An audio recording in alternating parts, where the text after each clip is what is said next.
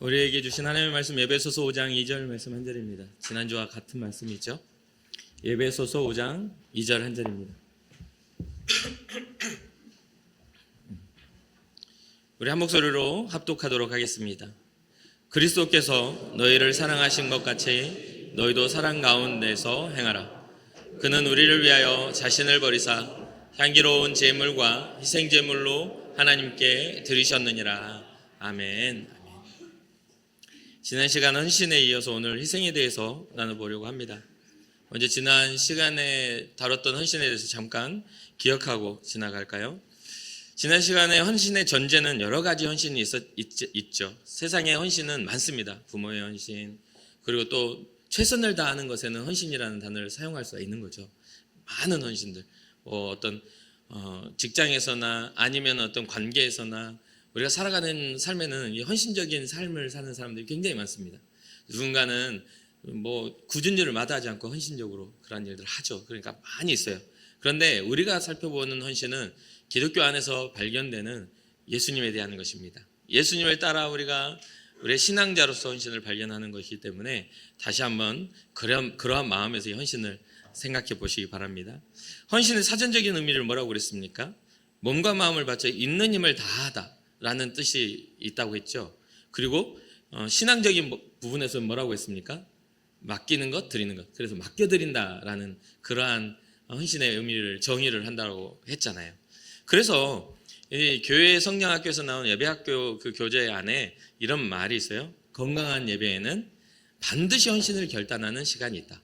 이 말은 뭐냐면 건강한 예배에는 반드시 하나님 앞에 우리의 삶을 맡겨드리는 결단의 시간이 있다는 뜻이죠. 그러니까 우리가 하나님 앞에 맡겨드리는 것, 충성을 다하는 것도 최선을 다하는 것도 있지만 하나님이 받으시는 헌신은 믿음이에요. 우리가 가진 것들은 아무런 가치가 없어요. 우리들한테 의미가 있지 우리가 드릴 수 있는 하나님께 드릴 가장 가치 있는 것은 우리의 신뢰와 믿음입니다. 하나님 향한 사랑입니다.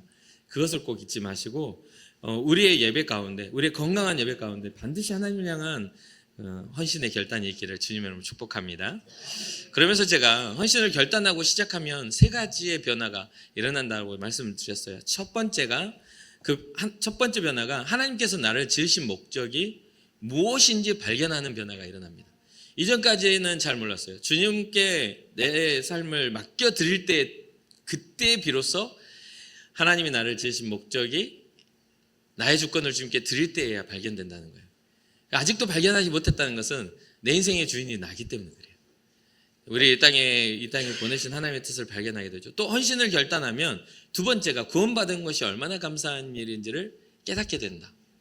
아직도 내가 받은 구원의 가치를 모르겠고 잘 깨달아지지 않는 것은 주님께 내 삶의 주권을 아직 맡겨드리지 않는 헌신이 일어나지 않았기 때문입니다. 마지막 세 번째는 하나님께서 헌신에 대한 보상을 분명하게 하시는, 주님께 우리의 인생을 맡겨드리면 주님이 우리의 삶을 책임져 주신다는 그 믿음이 생겨나게 됩니다. 하나님은 공짜가 없으신 분이에요. 오히려 우리에게 더 많은 걸 주시기를 원하시는 분이기 때문에 주님 앞에 우리의 삶을 맡겨드리는 헌신이 일어나기를 주님의 이름으로 축복합니다. 그러면서 제가 네 가지의 헌신에 대해서 이야기를 드렸습니다. 첫 번째가 헌신은 방금 말씀드린 자신을 하나님께 드리는 것입니다 라고 했을 때 이 드린다라는 의미 가운데 이 헌신은 하나님을 예배하는 겁니다.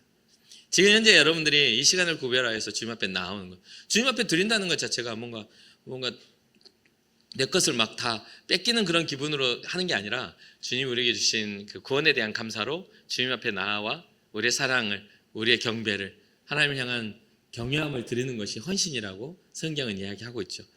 두 번째는 헌신은 하나님의 일을 하는 것입니다. 하나님의 일이라는 것은 주님이 기뻐하시는 그러한 삶을 사는 겁니다. 하나님의 일이라는 것은 하나님이 기뻐하시는 열매를 맺는 것입니다. 그래서 하나님의 일은 무엇입니까? 먼저 하나님을 사랑하고 내 이웃을 내 몸과 같이 사랑하는 그러한 율법과 선지자들의 강령인 깨어져 버린 관계가 회복되어지는, 하나님과의 관계가 회복되어지고 사람들 간의 관계도 회복되어지는 그런 것이 하나님의 일이라고 성경은 말하고 있죠. 먼저 하나님과의 관계의 회복이 우리의 신앙의 시작이요, 그것을 가지고 살아가는 것이 신앙적인 삶이 되는 것이죠. 세 번째 헌신은 하나님의 것을 잘 관리하는 것이다. 사명을 받은 자, 주님께 맡겨드렸더니 사명을 깨달았거든요. 우리가 이 땅에 온 목적을 알았거든요.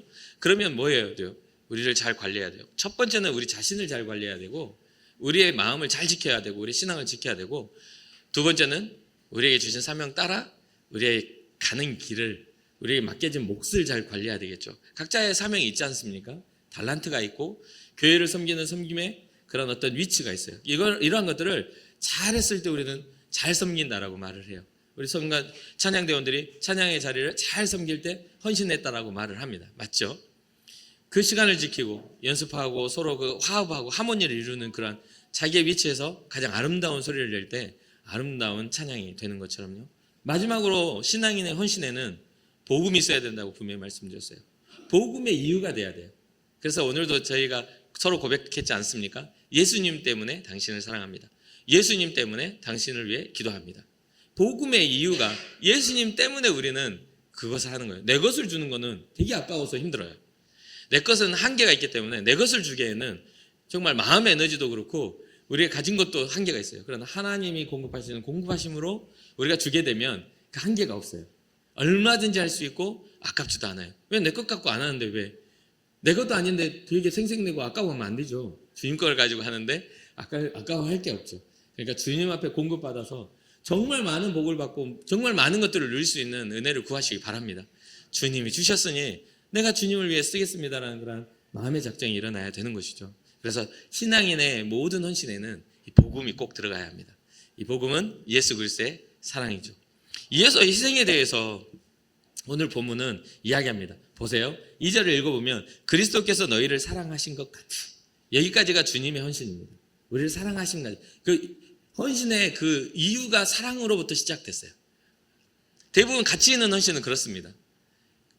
부모가 자녀에 대한 헌신, 부모의 헌신적인 것은 자녀를 사랑하기 때문에 그런 일이 일어나잖아요. 그러니까 가장 가치 있는, 세상에서 가장 가치 있는 것들은 사랑으로부터 출발할 때 가치를, 가장 고귀한 가치를 둡니다. 여기서 우리는 말하죠. 그리스도께서 너희를 사랑하신 것 같이 너희도 사랑 가운데서 행하라. 헌신적인 삶을 살아라. 여기까지예요. 그런데 여기서 더 넘어가서 희생으로까지 우리가 할 수 있는 한계에서 하는 것은 헌신이에요. 최선을 다하는 것은 헌신이에요. 근데 최선을 목숨까지 차올랐는데 거기서 더해. 나의 것을 다 포기하고 죽기까지 해. 그걸 희생이라고 말해요. 내가 할 수 있는 최선은 헌신이지만 그것을 넘어서면 희생이라고 말을 해요. 이해되죠? 그래서 그는 우리를 위하여 자신을 버리사. 주님의 헌신이 이제는 어디까지 가요? 희생에까지 간 거예요. 우리를 위해 어떻게 하셨다고요? 자기를 버리셨다고요. 그래서 희생에 대한 그런 뜻을, 사전적 의미를 살펴보니까 이렇게 말합니다. 다른 사람이나 어떤 목적을 위하여 자신의 목숨, 재산, 명예, 이익 따위를 바치거나 버리는 행위. 나를 위해서 하는 것은 희생이 아니에요. 다른 사람을 위해서, 다른 상황을 위해서, 다른 어떤 단체와 나라나 어떤 일들을 위해서 자기의 것들 다 버리고 생명까지도 그 따위하고 버리는 그런, 거기까지 갈 때 희생이라고 말하는 거예요. 그런데 여기에서 끝나는 게 아니라 또는 하면서 뭐라고 하냐면 그것을 빼앗김이라고. 그러니까 뭐냐면 우리가 복음을 위해서 누군가에게 그 나의 권리를 빼앗기는 것을, 우리는 생명까지 빼앗기는 것을 뭐라고 하냐면 순교라고 해요. 이해되시죠? 순교는 내 의지가 아니에요. 누군가가 와서 죽여줘야 순교가 돼. 이러한 어떤 가치를 가지고 예수님 때문에 내가 내 생명까지도 포기하고 내 이 길을 가겠다. 누군가 와서 위협을 해요. 너 예수 믿으면 죽어. 역사상으로 기독교 역사에는 그런 일들이 많이 일어났어요. 우리나라 안에서도 순교당한 사람들이 많아요. 그래서 와서 생명에 위협을 해도 내가 예수님 때문에 나는 내 생명을, 내 삶의 권리를, 나의 삶의 가능성들을 포기하겠다라고 하는 게 희생이란 말이에요. 예수님도 자기의 권리를 포기하고 우리를 위하여 자신을 어떻게 하셨다? 버리셨다. 주님이 스스로 자살하신 게 아니잖아요. 주님도 누군가에 의해서 십자가에 달리신 거예요. 그게 그 누군가 누구냐면 바로 여러분과 저예요. 2000년 전에 주님이 그때 당시에 역사 속의 나쁜 놈들한테 죽은 게 아니에요. 지금 현재 그 주님은 우리의 죄를 위해서 담당하시고 죽으셨다는 거예요. 그렇기 때문에 지금 우리의 죄에도 주님의 용서가 가능한 거죠. 그러니까 어떤 솥을 바라보듯이 2000년 전에 주님의 십자가를 바라보면 안 됩니다. 주님의 희생은 바로 우리의 죽음이에요. 우리를 위해 대신 죽으신 그것을 우리가 이해할 때에야만이 진짜 우리는 신앙자라고 신앙생활을 하고 있다라고 신앙의 출발을 할 수 있는 것이죠. 믿음이라는 건 그렇습니다. 예수님이 내 마음에 영접함으로 내 마음에 들어오셨을 때 그 이름에 있는 권세만 가지고 된 게 아니에요. 예수란 이름은 세상에 많아요. 그때 당시에도 많으니까 나사렛 예수라는 이야기를 하죠. 예수라는 이름은 많아요. 근데 그분의 삶과 그분의 죽음과 그분의 부활하심과 그분이 하나님의 아들이심에 우리에게 믿어질 때 나의 죄를 위하여 주님이 하나님의 사랑을 확증하시기 위하여 희생하신다는 것을 우리가 받아들일 때 진짜 믿음이 시작되는 겁니다. 그래서 사랑하는 성도 여러분, 단지 우리가 복음을 믿고 예수를 믿는다고 말하면 다 되죠. 근데 마음으로는 안 믿잖아요. 안 믿는 경우가 많잖아요. 그걸 어떻게 주님이 우리를 믿는다 하며 구원하시겠어요? 관계가 없는 거예요. 그래서 볼지어다 내가 문 밖에 서서 두드리노니 누구든지 내 음성을 듣고 문을 열면 내가 들어가 그와 더불어 먹고 마시리라는 주님과의 교제가 일어나는 건데, 그게 진정한 어떤 연합인데 말로만 하고 내 안에는 악독한 것들이 가득하면 로마서 1장에서 말하는 하나님이 그 상실한 마음대로 내어버 두셨다라는 것과 다를 바가 없는 우리의 악한 것들이 내 안에 가득한데 어떻게 우리가 신앙자라고, 어떻게 우리가 주님을 위해 헌신했다고, 어떻게 우리가 주님을 향한 희생을 각오했다고 말할 수가 있겠냐 이 말이죠. 사랑하는 성도 여러분, 주님의 사랑이 좀 더 우리를 위하여 자신을 버리신 그 사랑을 좀 더 주목하여 묵상해 보시기 바랍니다. 그래야만 돼요. 그래야만 우리는 주님과 연합된 교제를 시작할 수가 있어요. 그러면서 또 그렇습니다. 사랑이나 자유나 선한 가치를 위해서 세상에 얼마나 많은 사람들이 사랑이나 또 자유나 선한 가치, 어떤 사람들은 어떤 기업의 윤리, 어떤 자기의 어떤 직장의 어떤 이익을 위해서도 자기 몸에 신나 뿌리고 불사르는 사람도 있지 않습니까? 분신하는 사람도. 세상엔 진짜 선한 가치를 위해서 자기를 희생하는 사람들이 꽤 많습니다. 내가 죽어서 나와의 동료들이 이 삶이 유익하다면 하면서 막 불질러 버려요. 그런데 멀리 바라볼 것도 없어요. 그런 것도 뉴스에서 보지만 멀리 바라볼 것도 없이 우리 인생에 있어서 조금 우리가 힘들 때 쓰러지거나 하면 119 누르면 거기에 준비되어 있는 사람들 와가지고 정말 그 고통스러운 대우를 받으면서도 그렇잖아요. 그 아픔을 내 일처럼 몸부림치지 않습니까? 물론 거기에는 사회적인 대가도 있겠지만 사명감 없이는 참 힘든 그러한 것들이 많아요. 그래서 불에도 뛰어들고 물에도 뛰어들고 이런 이야기들을 우리가 심심치 않게 뉴스를 통해서 보잖아요. 그 우리 인간을 살아가는 삶 속에서도 선한 가치를 가진 사람들이 희생을 통해 그러한 것들을 실현하는 사람들이 분명히 있어요. 그런데 방금 말씀드렸다시피 그러한 것들을 말하려고 제가 희생을 언급한 게 아니에요.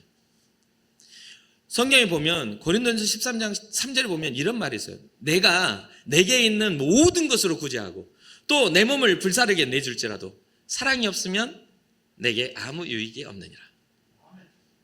사랑이 없는 모든 그런 희생들에는 하나님이 인정하지 않는다라고 말씀하세요.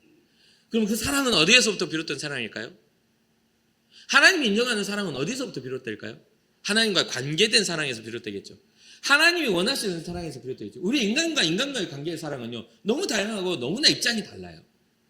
사실은 그렇습니다. 교회에서 사역하다 보면 아이들을, 다음 세대 사역을 제가 오랫동안 하면요, 다 애들이 착하고 예쁘고 아름답고 정말 말 잘 듣고 이런 애들만 오는 게 아닙니다. 어떤 애들은 이게 도대체 뭔가 싶은 그런 애들이 와요. 들어올 때부터 사람 같지 않은 모양으로 들어와가지고 난리를 치고 뜯어대고, 그런데 그 모습이 예뻐 보이는 건 자기 부모밖에 없어. 그 아이를 붙잡고 있는 이게 선생님들은요, 아주 죽을 맛이에요. 특히나 옛날 같은 경우는 지어 박아서라도 했어요. 저 어렸을 때는 많이 맞았어요. 이놈의 새끼가 똑바로 안 해 하고 딱 맞아도 선생님 죄송해요 이랬는데, 이제는 고발해요. 선생님이나 지금 때리셨습니까? 실제로 그런 세상이 왔어요. 그러니까 이게 보통 일이 아니에요. 거기에서도 보시다시피 사랑이라는 게 일방적이고 어떤 편협적인 것들이 보여지지 않습니까? 아무리 못되게 행동을 해도 그냥 보기에는 내 자식이니까 괜찮아. 근데 남의 자식이 나한테 그렇게 행동하면 말도 안 되게 기분 나쁘잖아요. 맞지 않습니까? 저도 목회를 하다 보면 다음 세대 사역을 하면 어린 아이들에서부터 청년에 이르기까지 오랫동안 사역을 하면서 제일 힘든 게 뭐냐면 유아유치부나 유초등반 힘들다고 제가 그랬어요. 그 사역을 다 했거든요. 그럼 그 애들은 예의범절이라는 게 없어요. 적당히라는 게 또 없어요. 예뻐해주면 머리카락 한 주먹씩 뜯어버릴 때도 있어. 와가지고 진짜로 거짓말 안 하고 진짜 올라타면서 머리를 잡고 올라타가지고 딱 보면 손에 제 머리카락이 이만큼 쥐어져 있어. 그런데도 싫은 소리를 못해. 너무 아프다. 그러면 옆에 있는 부모가 미안해야 되잖아요.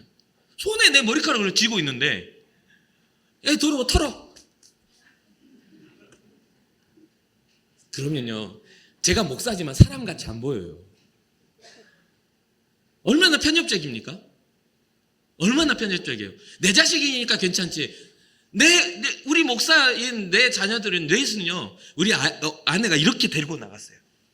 소리 지르면 여길 잡고 진짜 이렇게 데리고 다녔어요. 그거를 성도들이 얼마나 독사하는 눈으로 쳐다보는지. 시끄럽게 진짜 목사들이 이래가지고 자기에게 일어나는 일들은 되게 아프고 남에게 일어나는 일들은 여유로운 우리의 모습. 그러니까 사람의 사랑으로 보면 되게 편협적이라는 거예요.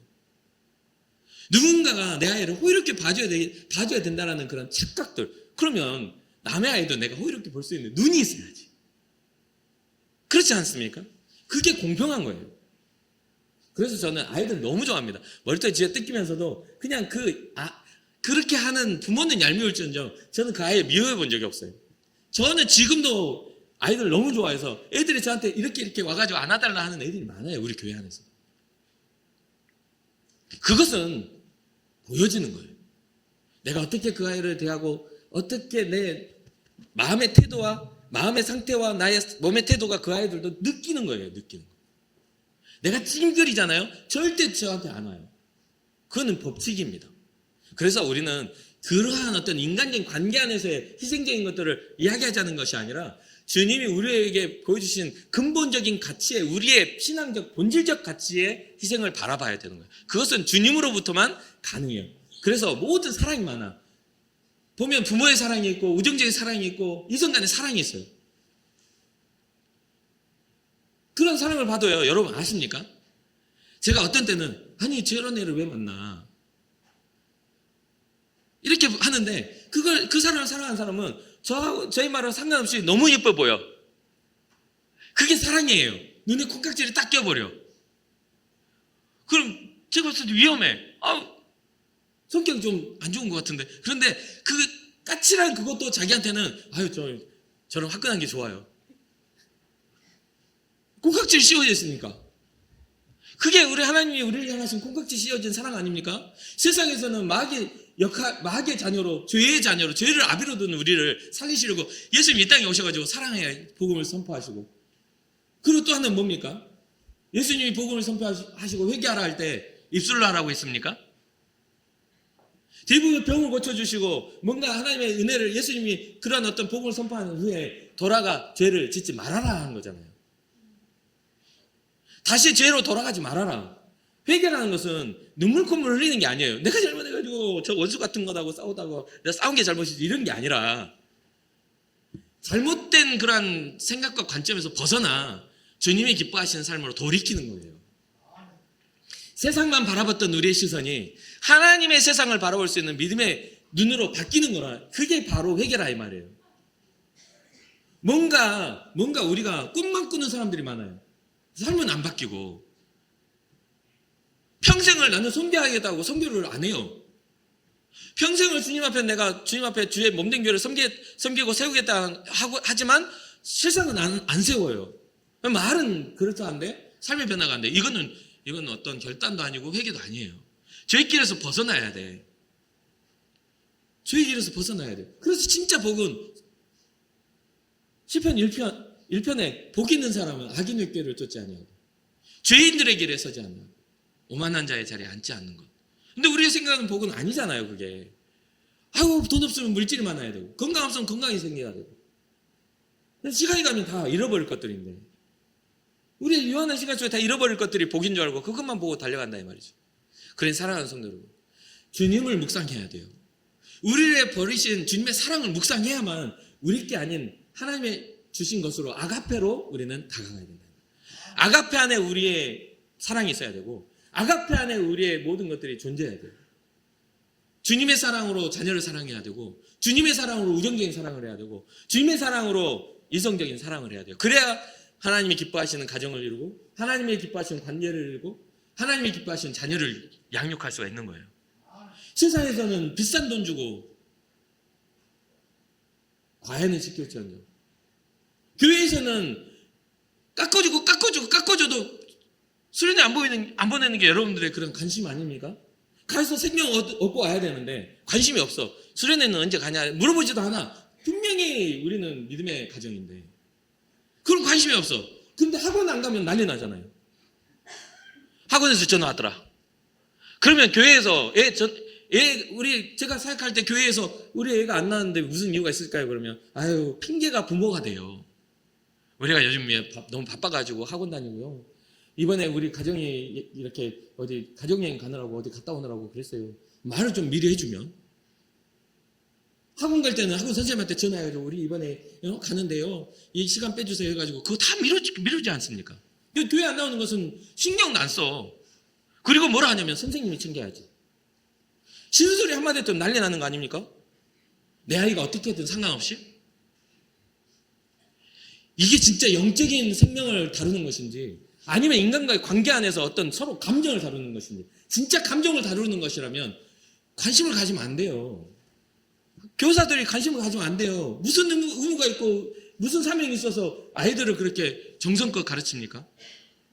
잘 되라고 날마다 눈물을 흘려 기도하고 수련회를 앞두고 선생님들끼리 모여가지고 작정하며 기도하면서 부모도 안 하는 기도하고 있는데 욕은 욕대로 얻어먹고 그렇지 않습니까? 그러니까 우리는 뭘 해야 되냐면 아가페 사랑을 묵상하고 그 안에서 의미를 발견하면 감사로 계속해서 그게 발견될 수 있다 이 말이죠. 얼마나 이게 가치 있는 희생인지, 얼마나 가치 있는 헌신인지 교사들의 헌신을 발견할 수가 있는 겁니다. 얼마나 이게 가치 있는 그런 헌신인지 찬양대원들의 그런 시간들을 우리가 박수 쳐줄 수 있는 겁니다. 나는 노래를 잘 못 불러가지고. 아니, 세상에 찬양을 노래라고 부르는 사람이 어디 있어요? 못 부르셔도 되니까 앞에 나와가지고 그 자리에 서서 립싱크 하세요. 그럼 뭐 잘하네 못하네 이번에 준비됐네 안 됐네 이런 판단하고 있지 말고 내가 주님 앞에 서는 그 자리를 사모하는 것이 사랑 아닙니까? 아니, 우리 권사님들이 옛날처럼 젊고 아름답고 막 그러면 얼마나 좋겠어요. 근데 우리 교회가 점점 연배가 많아지고 있으니까 여러분 보세요. 저는 들을 때 젊은이의 목소리로 들려요. 제가 여기 앉아서 들으면 진짜로 어쩌면 저렇게 아름다울까 이런 생각이 들어요. 그런데 얼마나 쥐어짜겠냐는 거지. 점점 세월이 가고 점점 목소리는 예전 같지 않고 그럼에도 불구하고 그것이 하나님을 향한 것이니까 헌신의 자리에서 그런 것들을 보면서 우리는 박수치며 감사하며 감격하며 나도 그 자리를 사모하는. 그래서 부산에 있을 때 제가 새롭게 결혼한 제 제자한테 그런 이야기 했어요. 그 친구가 찬양팀을 섬기고 수없는 자리에서 섬겼어요. 근데 아이를 낳고 오니까 이 아이를 임신하니까 배가 점점 불러오니까 한 7개월인가 8개월 때까지 그 자리에 서가지고 했거든요. 그럼 애를 낳으면 어떻게 할지 나는 하고 싶은데 이게 신앙이에요. 나는 하나님을 찬양하는 이 자리에 서고 싶은데 라고 해서 제가 뭐라 했냐면 그럼 애 안고 해. 애 안고 한다고 누가 뭐라 할 사람 이 세상에 있는 이제는 없어. 옛날에는 뭐 시끄럽다 어쩐다 하지만 같이 찬양 부르다가 애가 울어도 아마 그거를 노래로 들을 거야. 그렇지 않습니까? 주님을 찬양하는 자리가 뭐 놀라워야 됩니까? 뭐 다 뭐 성악가가 돼야 돼요? 아니에요. 주님을 사랑하면 됩니다. 주님을 향한 헌신의 결단이 있으면 됩니다. 나의 권리, 나의 편안함을 포기하면 됩니다. 그럴 때 희생으로 넘어가는 거예요. 자, 예수님은 자신의 사랑을 우리를 위해 자기를 버리는 희생으로 나타내 보여주셨어요. 이게 갈라디아서 2장 20절에 나옵니다. 자신이 사랑하신다는 것을 자기 권리를 포기하고 자신을 버리는 것으로 나타내 보여주셨어요. 내가 그리스도와 함께 십자가에 못 박혔나니 그런즉 이제는 내가 사는 것이 아니요 오직 내 안에 그리스도께서 사시는 것이라.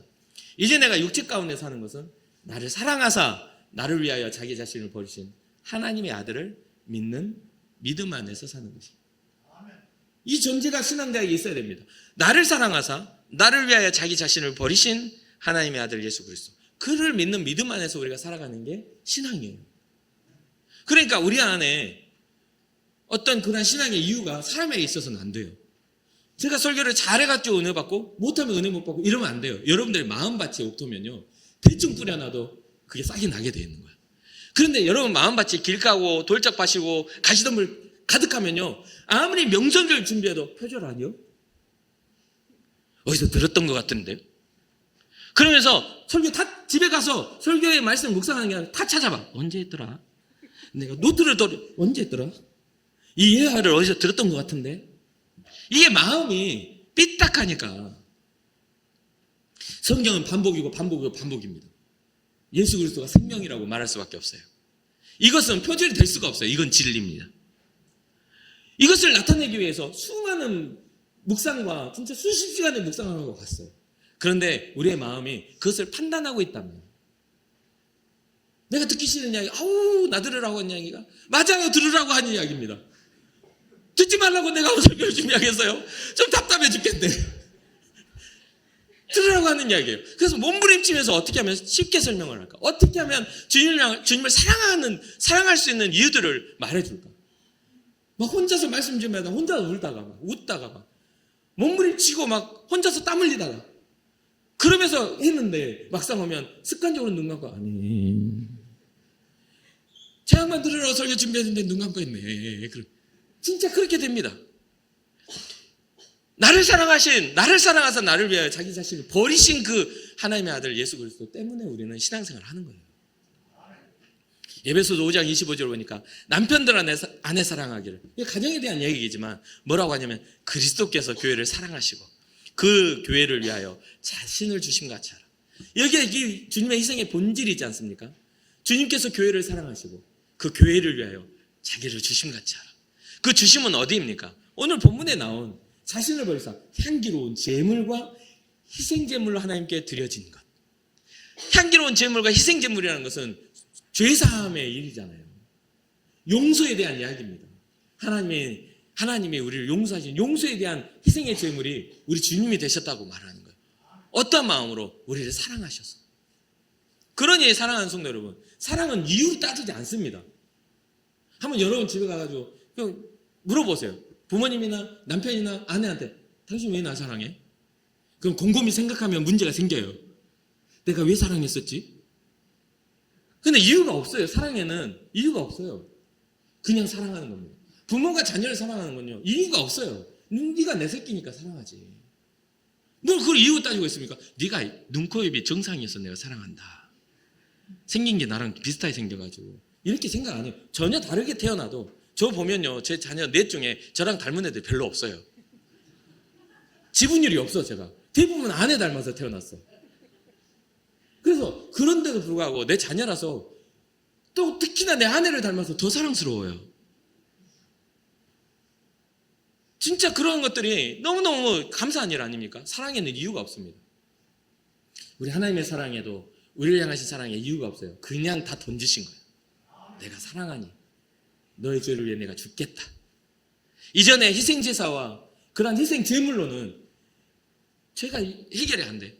하고서 돌아가서 또 죄를 짓고 하고서 돌아가서 죄를 짓고 삶의 돌이킴이 아니라 그냥 때우는 식의 그런 어떤 그런 회개만 일어나니까 계속해서 반복이 되는 그런 반복적인 죄가 하나님 앞에 더 가증한 일이 되는 거예요. 예수님의 희생에는 우리를 향한 사랑, 그 사랑 향하신 하나님의 구원이 담겨있다. 향기로운 제물과 희생 제물. 사도행전 2장 36절에 보니까 이렇게 나와요. 그런즉 이스라엘 온 집은 확실히 알지니. 이스라엘 온 집이라고 했지만 세상 모든 사람들아 확실히 알아라. 너희가 십자가에 못 박은 이 예수를 하나님이 주와 그리스도가 되게 하셨느니라. 이스라엘 온 집이라고 했지만 예수 그리스도의 십자가는 지금은 우리를 구원하시는 구원의 이름이게요. 결국 우리를 위하여 희생제물이 되셨다는 거 아닙니까? 십자가에 못 박으니, 너희가 십자가에 못 박으니, 주님이 십자가에 달리신 이유가 바로 우리의 죄의 이유라는 거예요. 여전히 우리는 우리의 죄를 돌이키지 않고 주님을 다시 십자가를 못 박으려고 합니다. 그 은혜를 힘입어서 우리가 변화된 삶이 아니라 여전히 그것과 상관없는 삶을 살아가려고 해요. 너희가 십자가에 못 박으니 예수를 하나님이 주와 그리스도가 되게 하셨다. 주님과 그리스도가 되었다는 것은 주권, 구원의 주체자가 되게 하셨고 메시아가 되게 하셨다. 주인이 되게 하셨고 우리의 인생의 주인이 되게 하셨고 우리를 구원하실 주체가 되게 하셨다. 이게 바로 주님의 희생입니다. 우리 모두는 확실히 알아야 합니다. 십자가에 못 박혀 희생하신 예수님은 우리의 주인이실 뿐만 아니라 우리를 구원하실 유일한 이름이시라는 것을. 그리고 예수님의 희생 가운데 담겨진 주님의 사랑에 우리는 항상 주목해야 합니다. 히브리서 12장 2절 믿음의 주여 또 온전케 하신 이인 예수를 바라보자. 그는 그 앞에 있는 기쁨을 위하여 십자가를 참으사 부끄러움을 개의치 아니하시더니. 주님의 기쁨이 뭡니까? 그 앞에 있는 그 기쁨이 뭘까요? 우리의 온전하게 하신 이인 예수, 믿음의 주여 온전하게 하신 예수가 그 앞에 있는 기쁨을 위하여 십자가를 참았다는 그 앞에 있는 기쁨이 뭡니까? 자신이 죽어서 우리가 사는 거 아닙니까? 내가 사는 것을 주님이 기뻐하신 거 아닙니까? 그러니까 우리가 좀 주님을 바라봅시다. 상관없는 사람처럼 주님의 십자가는 아이고 힘드셨겠네요 하고 대충 지나가는 구경꾼처럼 하지 말고 주님의 십자가를 로마 병정들 못 박는 사람들처럼 진짜 지독하게 십자가에서 내려와 보라고. 우리 믿음 그렇게 시험하지 않습니까? 하나님 살아계시면 한번 응답해 보라고. 어쩌면 그렇게 불신앙의 모습은 시간이 지나도 똑같을까요? 어쩌면 그럴까요? 서로 강도가 있으면서 당신이 메시아면 우리를 한번 십자가에서 우리를 구원해 보라 하는데 옆에 있는 오른편 강도가 야 우리는 죄로 인하여 죽을 수밖에 없는 죄인이지만 이는 죄가 없으신 분이 이렇게 하는 건데 당신의 나라에 이를 때 나를 기억해 주시옵소서. 이게 믿음인데 여러분 우리의 신앙은요 자꾸만 주님을 시험해요. 당신이 살아계시면 내 기도 응답해 보시든지 응답을 안 해주면 하나님이 살아계시지 않은 것처럼 그러니까 두려움도 없고 하나님의 말씀에 대한 경계도 없는 겁니다. 그리고 우리의 마음을 쓰는 어떤 우리의 심사가 뒤틀리면 마음을 쓰는 그 경계도 없어서 그 악한 마음이 다 드러나게 만들어요. 그러니까 로마서 1장에 나오는 악독한 것들이 가득하니까 가득한 뭐합니까? 살짝만 들으면 넘쳐나는 게 악의죠. 악한 의도, 잘못된 거짓된 것들이 다 드러나는 겁니다. 흔들면 은혜가 나와야 되는데 흔들면 더러운 게 나오는 거예요. 이게 신앙이 아니에요. 분명히 말씀드리지만 신앙은 주님이 우리의 마음속에 들어오시는 겁니다. 주님이 문 밖에서 우리를 두드릴 때 우리의 마음을 열어드리고 주님이 우리에게 오셔서 서로 먹고 마시며 주님의 가치를 우리가 배우는 겁니다. 마음속에 들여다놓고 주님 그거 아니잖아요. 주님 그렇게 우리한테 요구하시면 안 되죠. 이렇게 말하고 주권을 내가 가지고 주님을 막 흔드는 그런 존재가 아니라 주님이 내 마음에 오셔서 주님의 선한 가치가 나를 이끌어 가시는 게 그게 바로 영접하는 자의 변화입니다. 사랑하는 성도 여러분, 우리는 주님을 끌고 가는 사람들이 아니에요. 우리는 주님을 따르는 사람들입니다. 우리가 걸어야 하는 신앙자의 삶에는 예수님의 사랑이 담겨있지 않으면 복음이 담겨있지 않으면 아무런 의미가 없습니다. 내 몸을 불사르게 내어줄지라도 그 주님의 사랑이 없으면 아무것도 아니에요. 그래서 고린도전서 13장의 그 마지막이 뭡니까? 그런즉 믿음, 소망, 사랑 이 세 가지는 항상 있을 것인데 그 중에 제일은 뭐예요? 사랑이라고. 이것은 인간의 사랑 아닌 아가페입니다. 하나님의 사랑만이 영원하다. 이것을 의미해요. 믿음도 소망도 사랑도 영원히 있지만 그 중에 제일 되는 것. 주님의 사랑을 깨닫는 자가 주님의 사랑의 가치를 실현한다. 예수님이 보여주신 이 희생을 끝없이 묵상하지 않으면 우리는 헷갈릴 겁니다. 세상의 가치는 세상 사람들 손가락질을 우리는 당황할 거예요. 어떤 일이 일어나면 우리는 야 예수 믿는 사람이 그렇게 사람을 무슨 예수 믿는 사람이 홍익인 것 같아요. 널리 사람을 이렇게 하는 것처럼 막 욕을 해요. 근데 예수님의 사랑은 홍익인간 의미가 아니에요. 먼저 하나님을 영화롭게 하고 그 다음에 사람을 사랑하는 겁니다. 우리의 신앙을 지키기 위해서는 우리는 희생해야 돼요. 십자가는 어디를 향한다고요? 죽음을 향하는 거예요. 자기를 부인하고 십자가를 짊어지는 사람들이 제자가 되고 주님을 따르는 사람들이 되는 겁니다. 그래 사랑하는 성도 여러분, 여러분들에게 주어진 십자가를 짊어지셨다면 주님을 그 희생을 묵상하시기 바라요. 그 십자가의 길을 묵상하셔서 무엇이 옳은 일인지 무엇을 우리에게 말씀하시려고 했는지를 꼭 기억해 보시기 바랍니다. 사실 세상이 우리를 비난하고 조롱하는 것은 신앙자로서 신경을 쓰지만 신경을 쓸 수밖에 없지만 크게 신경 쓸 일은 아닙니다. 오히려 믿음 없는 그들은요 우리를 절대 이해할 수가 있다 없다? 없어요. 믿음이 없으면 절대 믿음의 사람을 이해할 수가 없어요. 아니 믿는 우리도 잘 우리가 이해가 안 될 때가 많은데 믿음 없는 사람이 어떻게 신앙자를 이해하고 판단합니까? 이해할 수 없어요. 그런데 중요한 것은 주님이 우리를 인정하시지 않을까 봐 두려워야 돼요. 우리는. 우리의 신앙은 바로 거기에 있어요. 우리가 열심히 살았는데 주님이 우리를 난 너 모르는데? 마태복음 25장에 나타나는 양과 염소의 비유 속에 난 너 모르는데? 내가 주의 이름을 했잖아요. 네가 내 이름으로 했다고? 너 네 이름으로 했잖아. 내 이름으로 안 하고. 근데 양들은 어때요? 내가 그런 적이 없는데. 아니다. 선한 가치를 위하여, 믿음의 선한 일들을 위하여 네가 뿌려왔던 모든 것들, 헐벗은 자에게 벗어주고 배고픈 자에게 먹을 걸 나눠줬고 갇힌 자들에게 위로했고 병든 자에게 치료자가 되어줬던 그런 시간들. 근데 그들은 자기 자랑이 아니었어요. 자기 의를 드러낸 게 아니에요. 그런데 만약에 우리의 자랑을 위해서 그런 일을 한다면 그냥 모양만 할 뿐 염소가요. 염소. 양이 아니에요. 모양만 비슷하고 소리만 같을 뿐 다른 의미를 짓는다 이 말이죠. 그러니 사랑하는 성도 여러분, 바울이 고백했던 것처럼 선한 싸움을 싸우고 달려갈 길을 마치는 일에 나의 생명까지도 아낌없다라는 그런 희생이 주님 때문에 생겨나기를 주님의 이름으로 축복합니다. 자기 권리를 포기해야만 십자가는 짊어지게 되는 거예요. 그러니 오늘도 우리에게 주어진 이 삶 속에 주님의 희생을 묵상하며 여러분들의 권리를 다 포기할 필요 없이 조금만 조각만 떼놔도 너무 아프잖아요. 아우, 내 생각 같아서는 뒤집어 버리고 싶은데 아니에요. 주님의 교회를 위해서 제가 오늘 다시 한번 참겠습니다. 그러면 희생이 되는 거예요. 희생은 내 의지가 아니라 남이 우리를 죽일 때 순교예요. 그러니까 순교자의 마음은 그래요. 그러면 마귀가 우리를 죽이려 할 때 우리 그걸 맞서 싸워서 끝까지 죽기까지 피 흘리기까지 싸워서 이겨야 되지 않겠습니까? 그러니 사랑하는 성도 여러분, 또 앞으로 이 한 주간을 살아가는 여러분들의 삶의 여정 속에 주님과 함께 하셔서 주님의 삶을 묵상하고 이 끝까지 이기고 승리하는 여러분들의 삶이 되기를 주님의 이름으로 축복합니다. 잠시 기도하겠습니다.